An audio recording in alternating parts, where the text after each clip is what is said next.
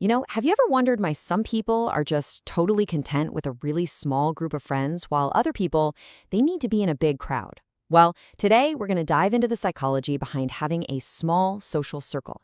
And trust me, the answer is probably not what you're thinking. All right, let me ask you something straight up. What sounds better to you? A quiet night with just a couple of your closest friends or a huge, loud party? If you're leaning towards the quiet night, hey, you are definitely not alone. And as it turns out, there's a really fascinating reason why. So, for the longest time, there's been this myth, right? If you only have a few friends, you must be shy or withdrawn, maybe even antisocial. But here's a thought. What if that's not a flaw at all? What if it's actually a really smart strategy, one that's all about how your brain is wired? Okay, to really get this, we need to think about something I like to call the social energy bill. Just imagine your mental energy is like money in a bank account. Every single social interaction you have, it costs something. And for a lot of people, that cost is actually pretty high. And that brings us to this key idea. Socializing can be mentally expensive. Now, this has nothing to do with being good or bad at talking to people. Not at all. It just means that for a lot of us, the whole act of socializing is, well, it's a high-effort job. It drains a ton of brain power. So the real question is, why? What's going on under the hood? Well, it's because your brain is doing a ton of work behind the scenes. Think about it. In any conversation, you're processing body language, you're analyzing vocal tone, you're trying to figure out the subtext, what people aren't saying. And on top of all that, you have to come up with the response. It's like this intense, nonstop workout for your brain. So if socializing costs so much energy, how do you manage that bill, right? Well, it all comes down to a really powerful strategy: quality over quantity. And let's be clear, this is not about avoiding people. It's a very deliberate choice, a smart approach, based on saving your energy and being selective about who you trust. This is so important to get.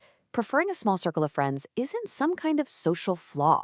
It is a conscious choice.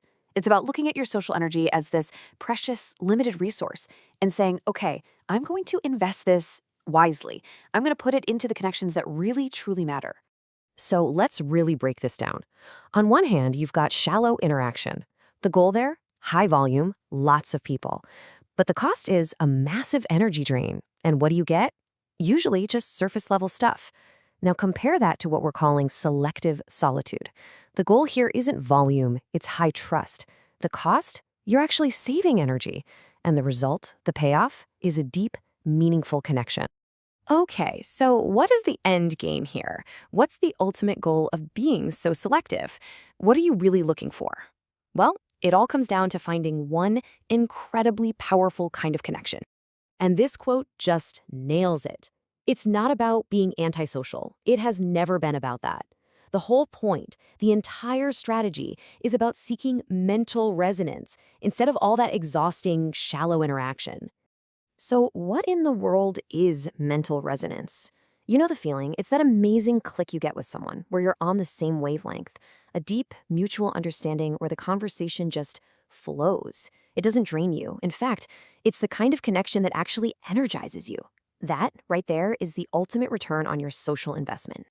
So when you think about it like this, the question really isn't about how many friends you have, is it?